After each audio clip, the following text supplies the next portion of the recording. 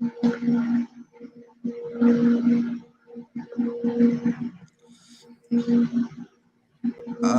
evening. As our viewers are aware, lecture series is one of the various programs and events to commemorate Azadi Ka Amrit Mahotsav, that is the 75 years of India's independence. Today, before we start this lecture by Ms. Hema Rajagopalan, I would request Honorable Consul General for his opening remarks. Sir. Thank you very much, Ranjit. I extend my warm greetings to everyone who has joined this session on Bharatnatyam classical dance as part of our India lecture series.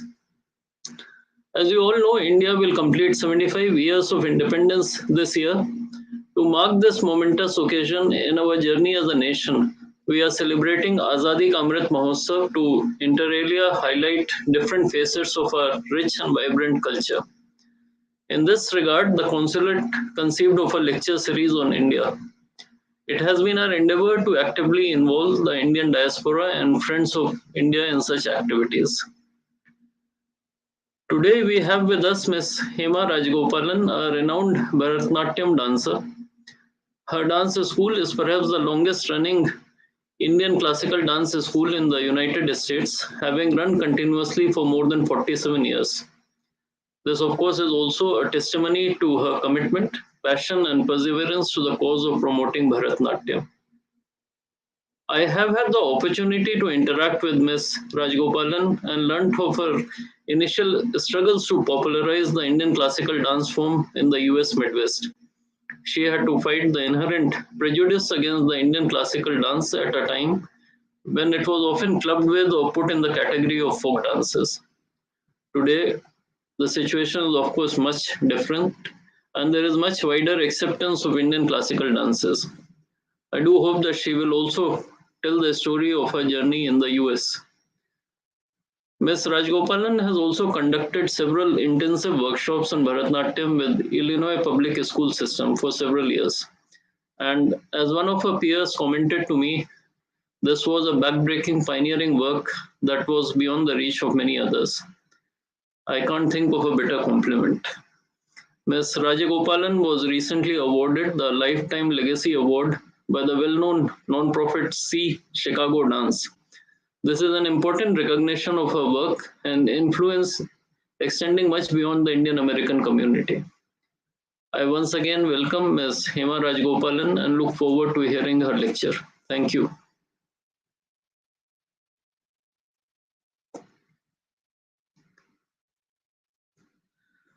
Ranjit, you are muted. Now I request Hemaji for her lecture, and following the discussion, we will be joined by a few of our students and Bharatnatyam exponents. Hemaji, please.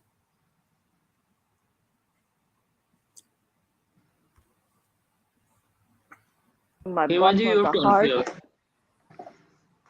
I'm mute? Now we can hear you. Please. Okay. Shri Gurubhyo Namaha. Namaskaram to one and all. Thank you so much, Honorable Amit Kumar ji, the Consul General and the Indian Consulate of Chicago, for giving me this opportunity to share the rich cultural heritage of India, this art form of Bharatanatyam, especially on the Amrit Mahotsav of India. I feel deeply privileged to be a part of this whole event. Bharatanatyam is one of the classical dance styles of India. There are several.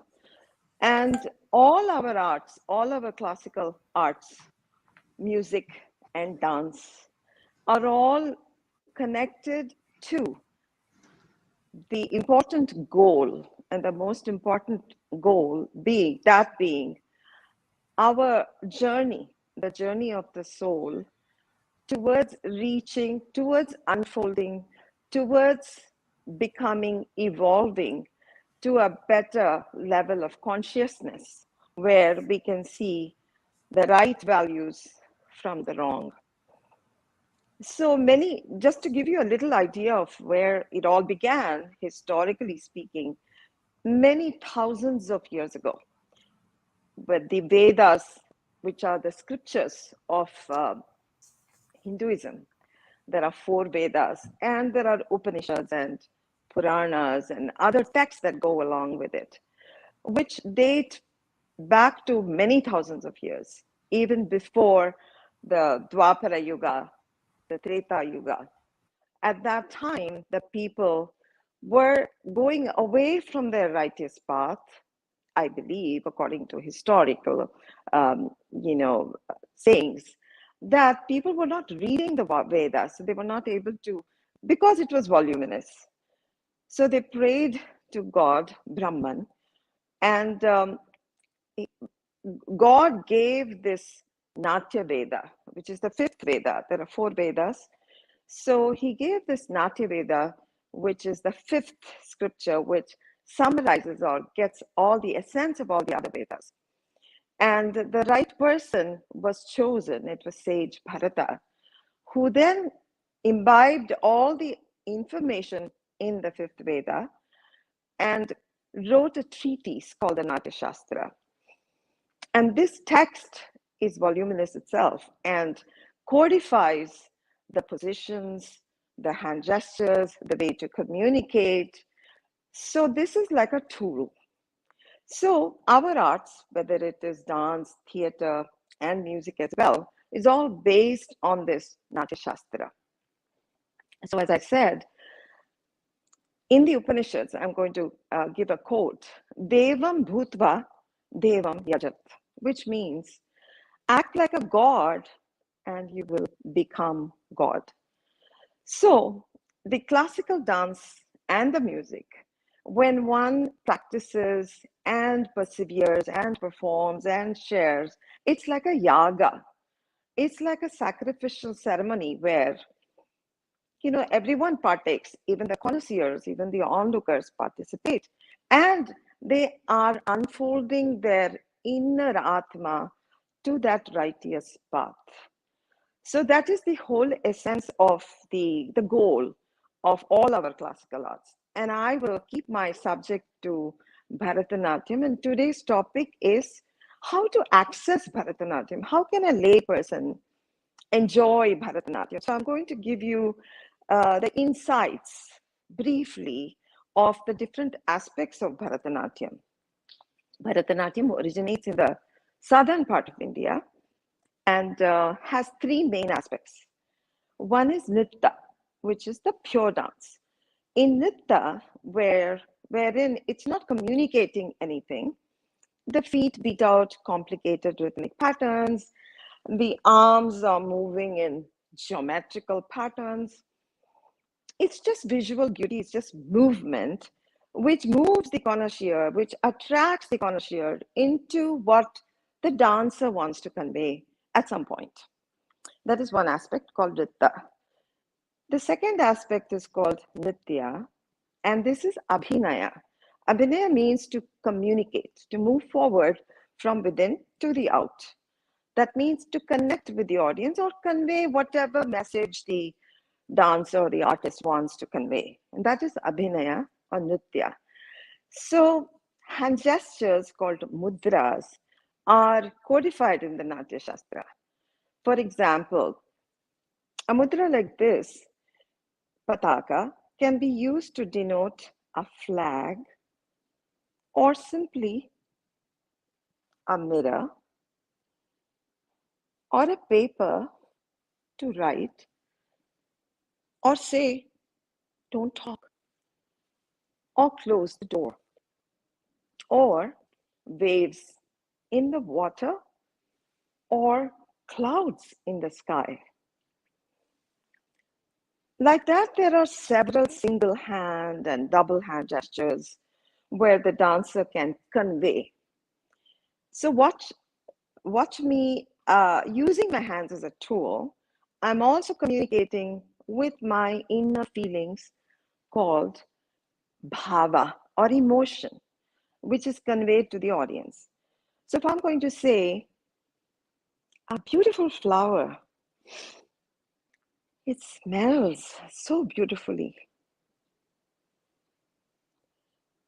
Take it. Or it has withered away. So I'm using my inner feelings to emote through my face. So these tools, which are called hasta mudras, whether it's a peacock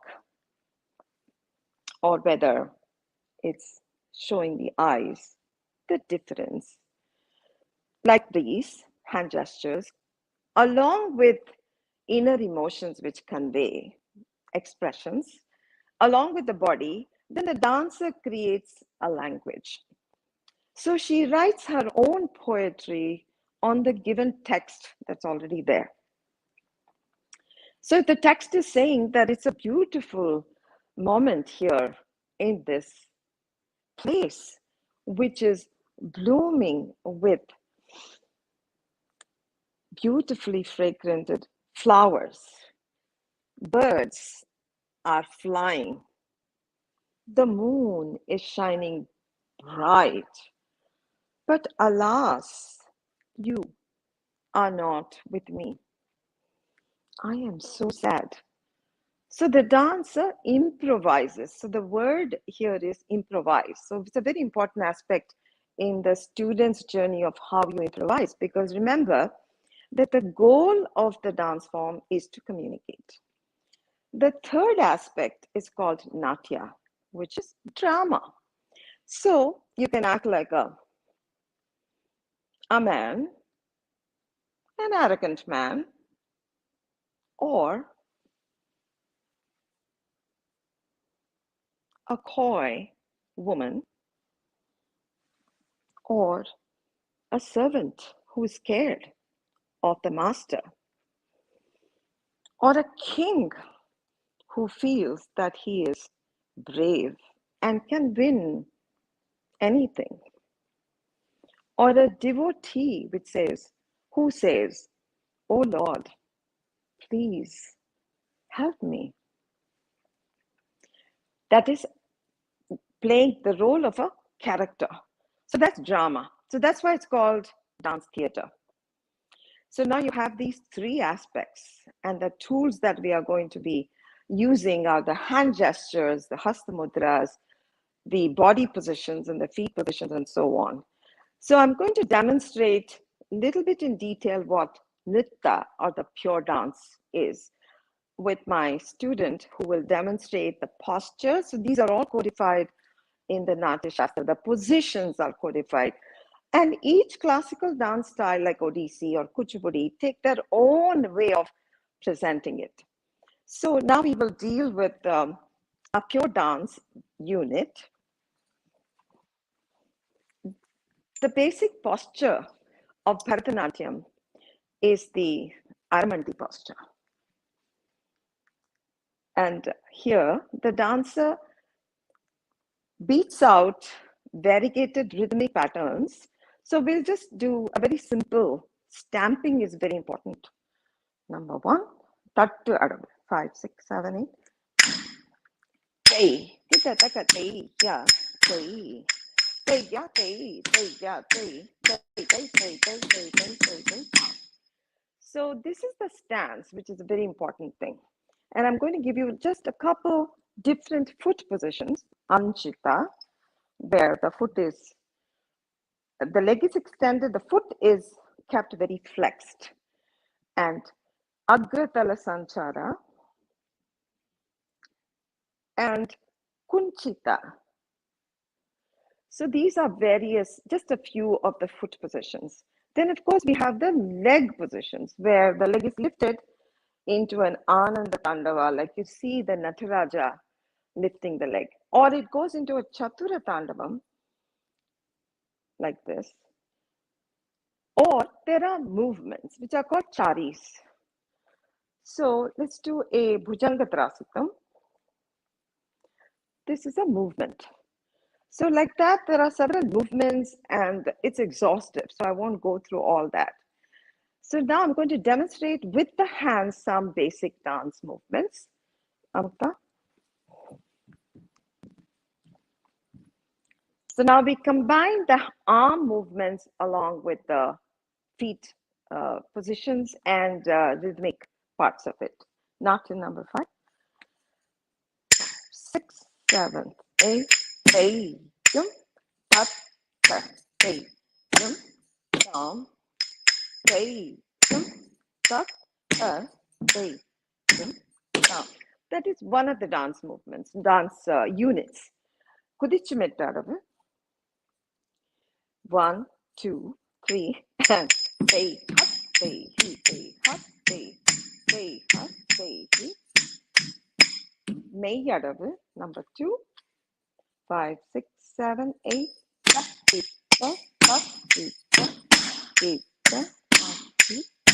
so these are various, they're grouped into various categories. And I'm going to put it together into a sentence of a sequence. We call it a sequence. But I'm going to, before that, show you what a tirmanam is, which is like a tihai, which is like a period in a sentence. 5, 6, 7, 8.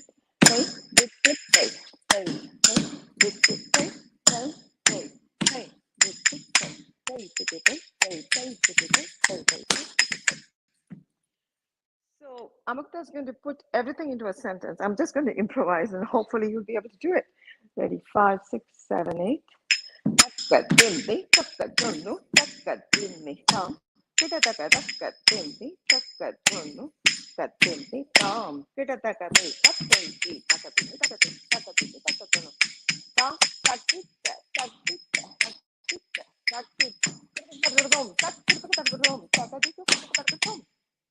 So that was a sentence. So just to give you an idea of what pure dance is, and it's just beautiful to see, and it's like a kaleidoscope where you see, of course, movement is there, which you will see in the next little performance of pure dance. And you can, imagine anything from this performance, which is not actually conveying any particular emotion.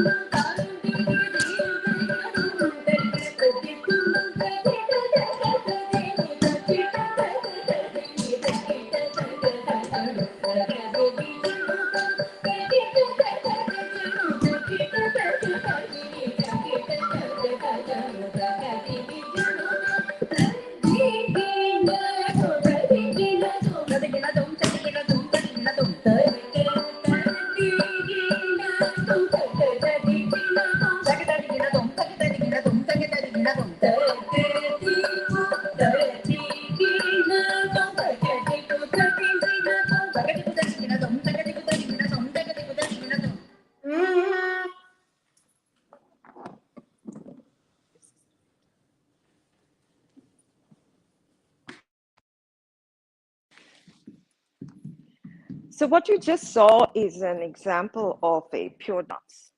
And in a Bharatnatyam margam or a traditional repertoire, there are several such sections. It could be an invocatory dance, which just does pure dance.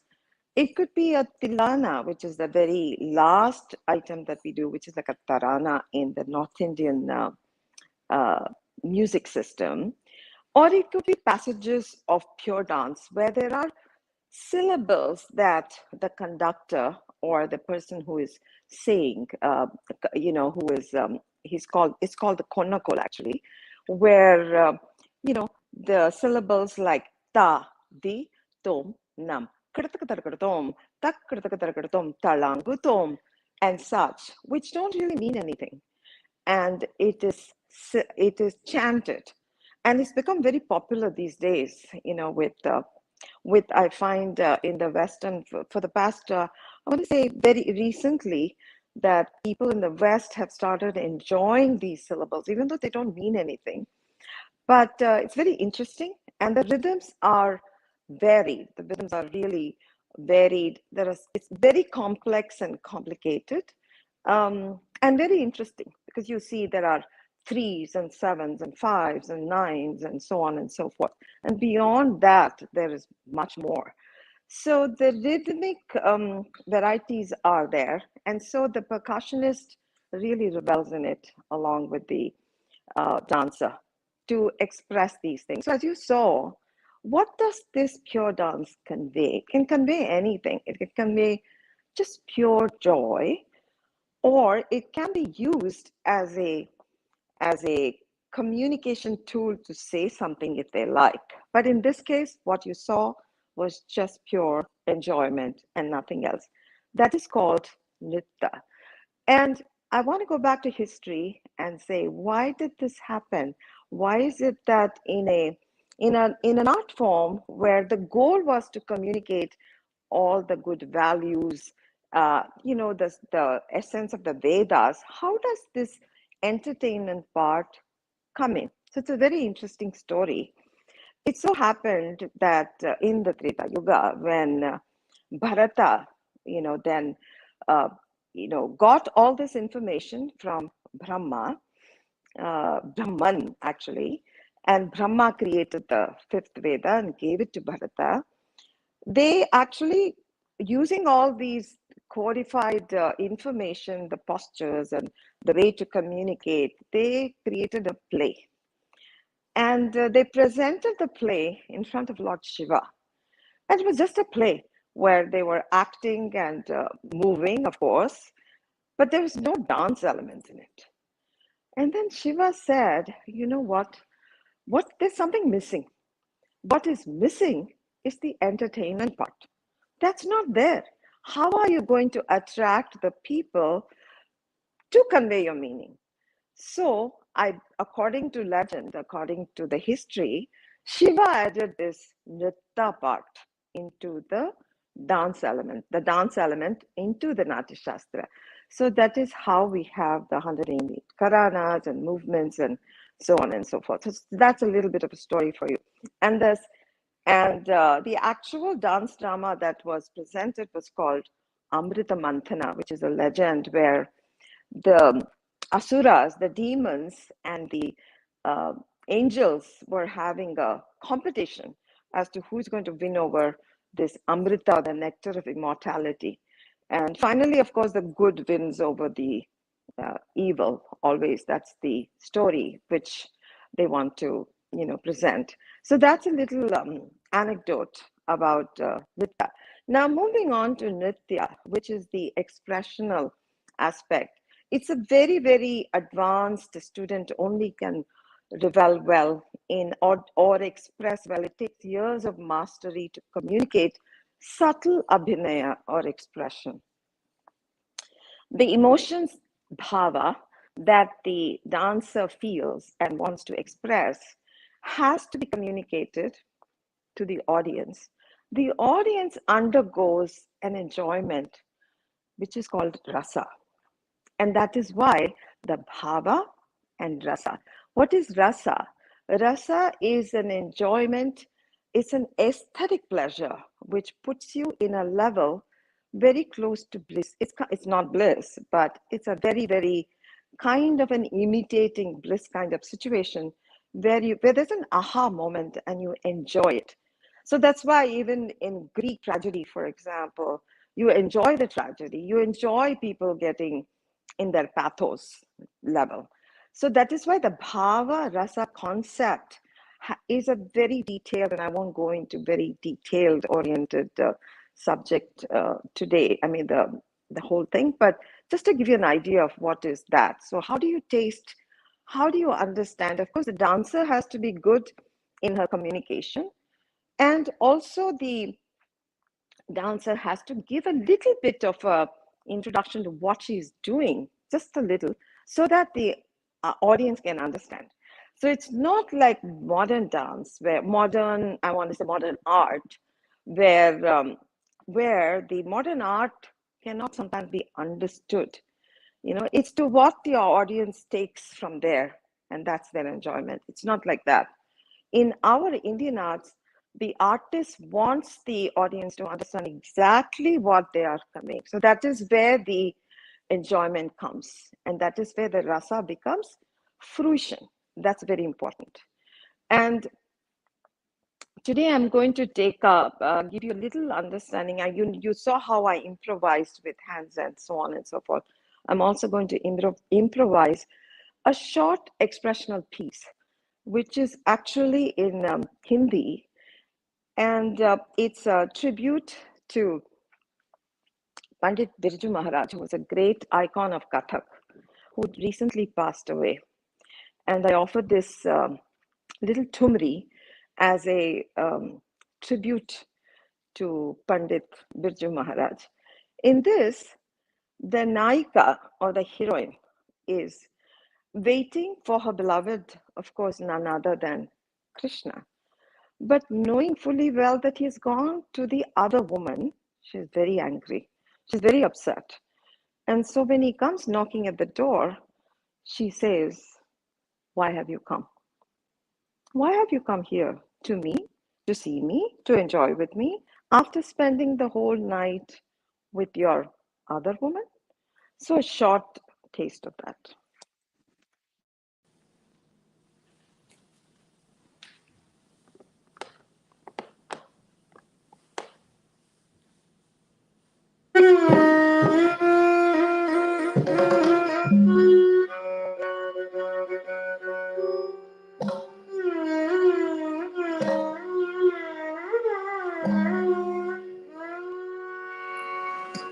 खाह को मेरे घर आए हो, खाह को मेरे घर आए हो, खाए को मेरे घर आए हो, खाए को मेरे घर आए हो, खाए को मेरे घर आए हो।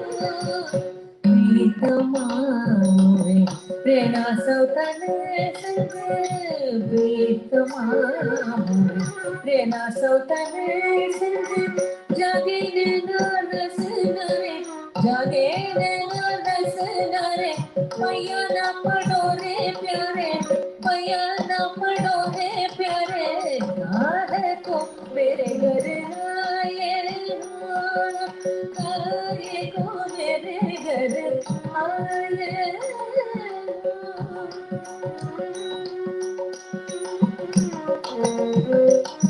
हटो जाओ तुम उनके संग रहो, हटो जाओ तुम उनके संग रहो, हमें छेड़ो शान, छेड़ो शान,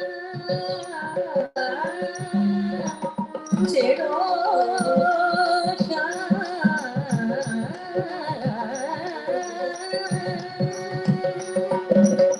बिंदास रोए जिया, माने रारे जिया जाने, बिंदास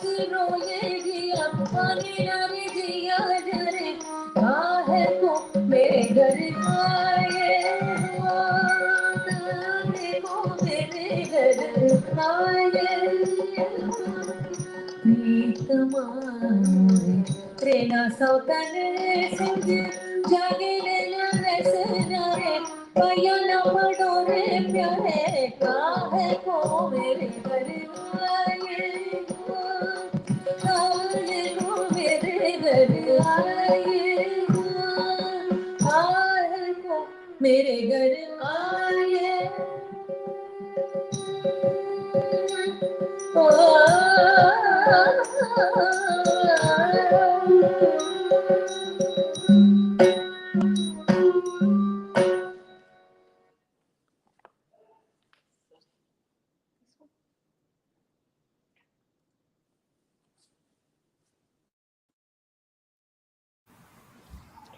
Taste of Abhinaya, which is very, very subtle. And it's a tumari. It was a tumari. So the dancer improvises on the lyrics that are given and has the liberty to do what she wants and go deviate from the word meanings but have the essence of the whole piece. So the words are saying, I am crying for you, but actually what I did was my tears I don't have anymore. So the dancer has the leeway of expressing these emotions. The third aspect is Natya or drama, where characters are being played. And in this particular piece, which is going to be an expression of one of the incarnations of Vishnu called Narasimha. So there is an evil king, Hiranyakashipu, who is arrogant and wants everybody to only pray to him and not to Vishnu. And is very amazed to see, shocked actually, to see his own son, Prahalada, who's an ardent devotee of the Lord. And he's shocked, he throws away the idol and he threatens to kill him. He tries in various ways. He tries to throw him from the mountain, but he's still alive. He lights a fire and throws him into the fire, and he's still alive. Exasperated, he asks, "Where is your Vishnu? Show me." Prahalada says, "Well, Vishnu everywhere exists." He's angered by this and asks, "Is he in this pillar?" And he kicks the nearby pillar. And out comes Lord Narasimha, who is an incarnation of Vishnu, in the form of half man and half lion, and tears apart the evil Hiranyakashipu.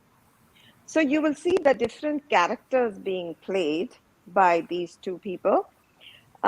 We only have two dancers today because we couldn't hold in the space. So the character that's being played for Prahalada will also play, the girl who's going to be playing the Prahalada part will also be Narasimha, tearing him to pieces.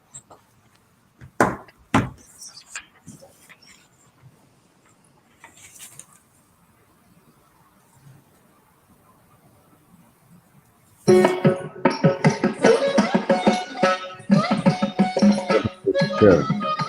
To hear you.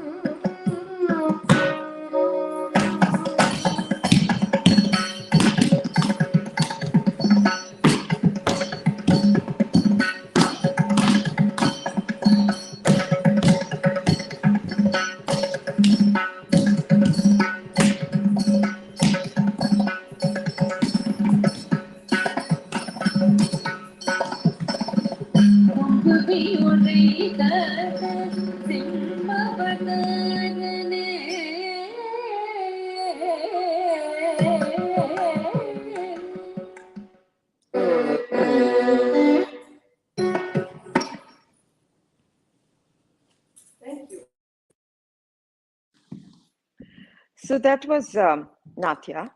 So you have the three elements, Nritta, Nitya, and Natya. So a Bharatanatyam dancer proceeds to communicate whatever she wants to communicate. The language is immaterial. And what you need to communicate is immaterial. Traditionally, as I said, the goal is, of course, to get the audience to participate in a level where they can be, understanding what's happening, as well as their conscientiousness level to be raised.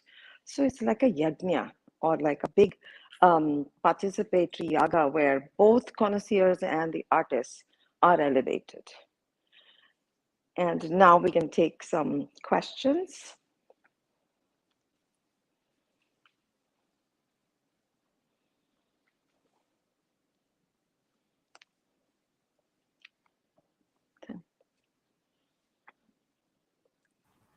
Hemaji, thank you very much. Excellent expressions and excellent interpretation. What a Thank you. pleasure to hear you and watch your students performing. Your grace was very much visible in your students. Now we are joined by some of the Bharatnatyam connoisseurs. First of all, I would request we are joined by Rachel Rebel. Rachel, uh, please tell us about your journey and if you would like to ask something, Hemaji. Thank you. Okay, thank you. Yes, Bharatanatyam has been a part of my life since I was really young, and it's remained an intense passion that continues on to this day. And yes, I do have a few questions. So the first question is that the pure dance aspect is rhythmic based, and rhythm is universal. So in contrast, the expressional aspects, when compositions are often written in Indian languages like in Tamil, how can an audience connect with it and understand it without having that language? Very good question. It's a very good question and a very valid one. So, as I said, the dancer has to be really, really good in communicating. And first of all, the dancer has to understand what the lyrics are, what she's trying to do, what the artist is trying to, what the composer, what the lyrics is saying, and then interpret it. And we use the hand gestures and expressions and facial expression and body movement to convey. That's why it's an audio visual kind of a presentation. So it's not limited, as I did the Tumri in Hindi, it's not restricted to just Tamil or other languages. So language is absolutely immaterial. Language or music is absolutely immaterial. It can be any music, but the content is what is important, and that's how you communicate. Yeah, I hope I answered that question. Yes, definitely. And I know that epic stories like the Ramayana are often portrayed in Indian classical dance. And you did touch about language is not it's not a barrier. It can be used beyond just the Indian languages. But can it be used? The art form be used to tell stories beyond the Indian tales and mythology, other stories that are not. Absolutely. But can it be Absolutely. used to tell stories? Bharatanatyam or any of the classical dances, like Natya Shastra does not tell you that you have to limit yourself to this, that is just an encyclopedia. And the classical dance, the tools that I mentioned, the body movement, the rhythmic aspects or expressional dance aspects, are used to convey anything. You can convey any narrative. You can convey a Greek story, you can convey an African story, you can convey any story at all. It's just a narrative. So it's a language. So it's a different language to communicate. And that's why that is the beauty of the art form.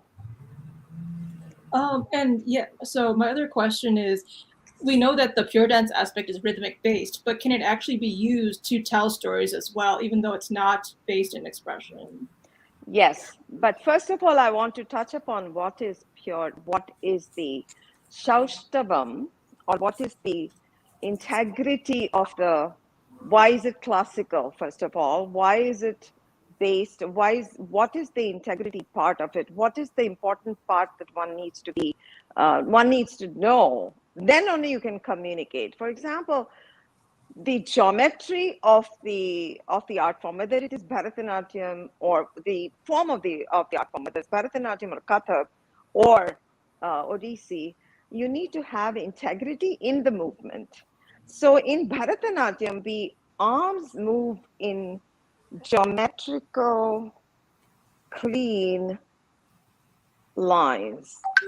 It's very important to master the pure dance aspect before you go on to communicate, through pure dance. So that's a very important aspect. So, for example, if I want to say in pure dance, if I have to communicate anger, I do. So that's there. So, and if I want to do a beautiful, and that I'm happy, I can do that. If I do,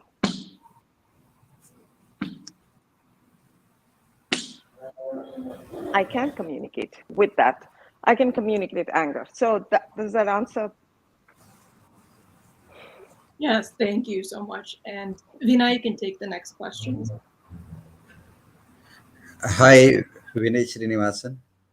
Please go ahead with your question. Sure, namaskaram. Thank you so much for having me here on this panel.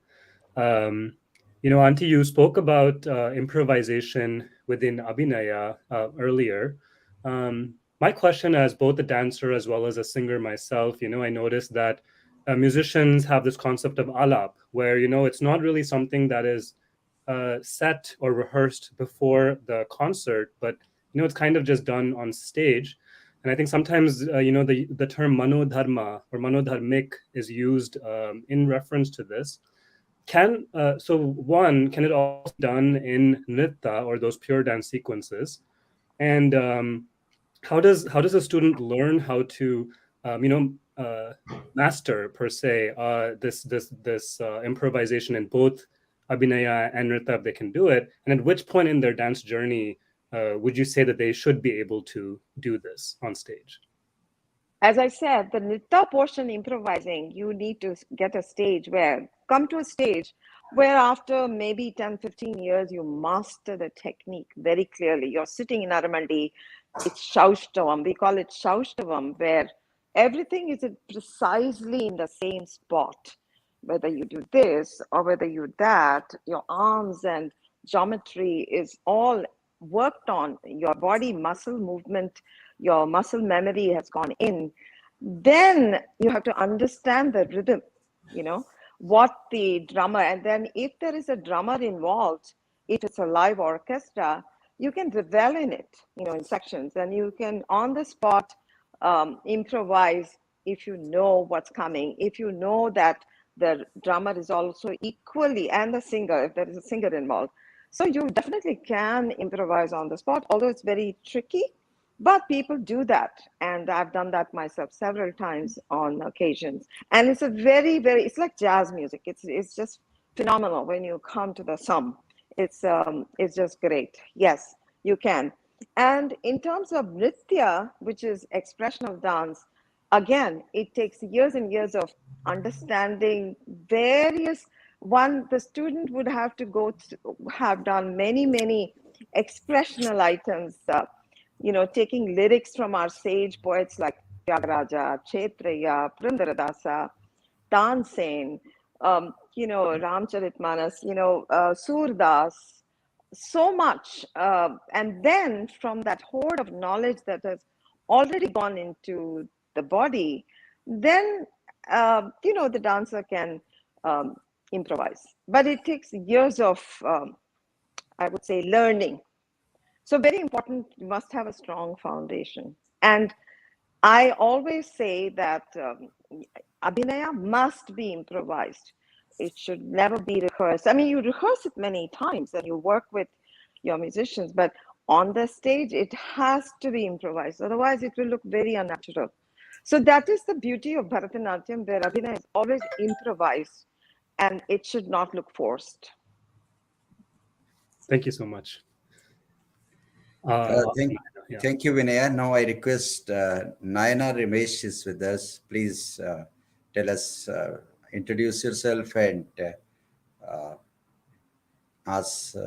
interact with Hemaji. Yes, namaste. Thank you so much for this opportunity. Hemanti, how have you seen students implement the learnings of Natya Shastra and the Vedas into their own lives, regardless of the surrounding American society, which has only very recently brought Indian culture to the limelight? It is not Natya Shastra that you're talking about students. They don't need to. Natya Shastra, it's only an encyclopedia which gives you the tools. It's like giving you words. It's like saying, here's the alphabet, A, B, C, D, or in the math, here's the algebraic formula that you use to get the sum. But how you apply the values of Natya Shastra, how you apply it. Natya Shastra doesn't get into the value systems. Natya Shastra is only a tool. So you use that knowledge to interpret your philosophy, your Hindu theology, or whatever you want to interpret. So the values there. So that is how you can bring that. So you can't imbibe. Natya Shastra is not a holy book. It's not the Bhagavad Gita, for example, right?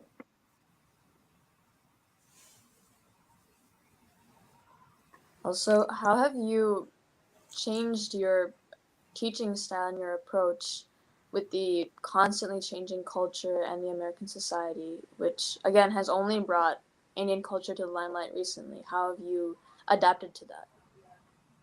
Oh, well, I've been here for like maybe 48 or 49 years, 47 years, 48 years maybe. But I have seen the Indian community grow more into understanding that we didn't have the temples, we didn't have any of the background information for us. But I think the Indian diaspora in Chicago has, and all over the United States, has grown into understanding our culture more. And I, as a teacher, I'm a consistent student. And I learn from my students because I learned that this is how I have to approach it in order for the student to understand what I'm trying to get them to do. So it's a learning process both ways. So I have to be very, very sensitive to the growing, evolving communities around me.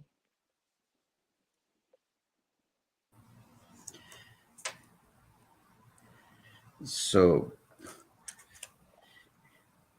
it is a matter of great satisfaction that there are gurus of classical dances